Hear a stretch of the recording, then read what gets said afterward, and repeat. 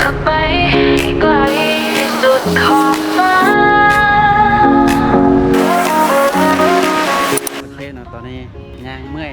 เลาะเมื่อยแล้วนะวันนี้ก็มานั่งพักผ่อนย้อนใจอยู่แคมป์ตัดมูลไปลงน้ำกินข้าวย้อนใจก่อนกินอาหารท้องนะเลาะชมวิวตอนนี้ผมมีอาหารขายทีเดียว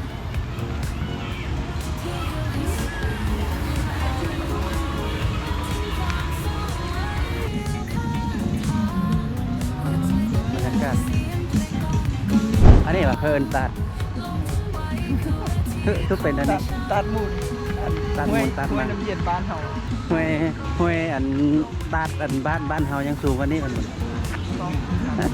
บ้านห้องอย่างต่อบ รรยากาศคือตัดมูลยามแรงเนาะนี่หรือเรียกตาดเดี๋ยวเจอกันตาดบ้านกูอันนี้ว่าตัด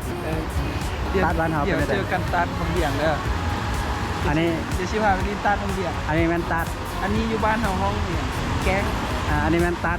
ในเมืองนครหลวงเนาะเดี๋ยวเป็นตาดบางเบี่ยงเด้อ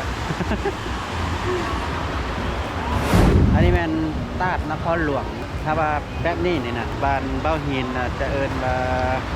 จะเป็นแจ้งครับถ้าเดือนหน้าเนาะต้นเดือนหน้านี่เบ้าหินจะกลับไปบางเวียงเนาะแล้วเบ้าหินจะพาไปเบิ่งตัดบางเวียงเนาะว่ามันเป็นอะไรตัดของแท้ก็คือตัดนครหลวงนี่นะเป็นแบบนี้ยาวหัวเด้ แต่ก็งามอยู่เนาะบรรยากาศงามเนาะ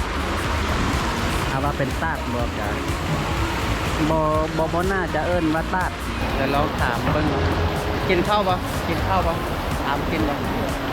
ฮะกินที่เฮือนเอาบ่ว่ากินนี่ได้ง่ายๆเลยแต่ว่ากินนี่ก็กินแล้วก็ง่ายๆกันเลยว่ากินที่เฮือนแบบฮอกเข้าไปกินที่เฮือน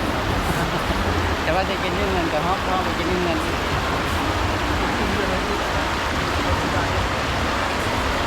เสียงเพลงก้องกังวานลงทะเลสถานที่ท่องเที่ยวเนาะกินแล้วเราจะทิ้มแบบนี้นะทิ้มซะอะไรเงี้ยของเปื่อนเต็มแต่ขี้เหงื่อเบิ่งอยู่กลางน้ำก็มีโอเคเนาะสำหรับคลิปนี้เนาะมาจอบเบิ่งตาดมูลสิเนาะคิดว่ามันจะเป็นตาดสูงๆคือบ้านเฮาเนาะบ่แม่นเนาะอันนี้ถ้าว่าอยู่บ้านเบ้าหินนี่เขาเอิ้นว่าน้ำไหลลงแก้งอะไรเนาะว่าแก้ง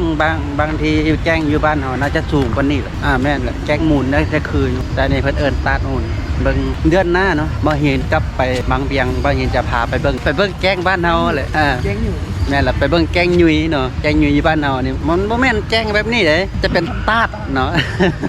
จะเป็นตาดแม่ก็เอิ้นแกงอยู่บ้านเฮาว่าจังนั้นเดี๋ยวสำหรับคลิปนี้เนาะไปเห็นก็จะขอลาจบอย่างนั้นนี่เนาะแล้วพบกันใหม่ในคลิปต่อไป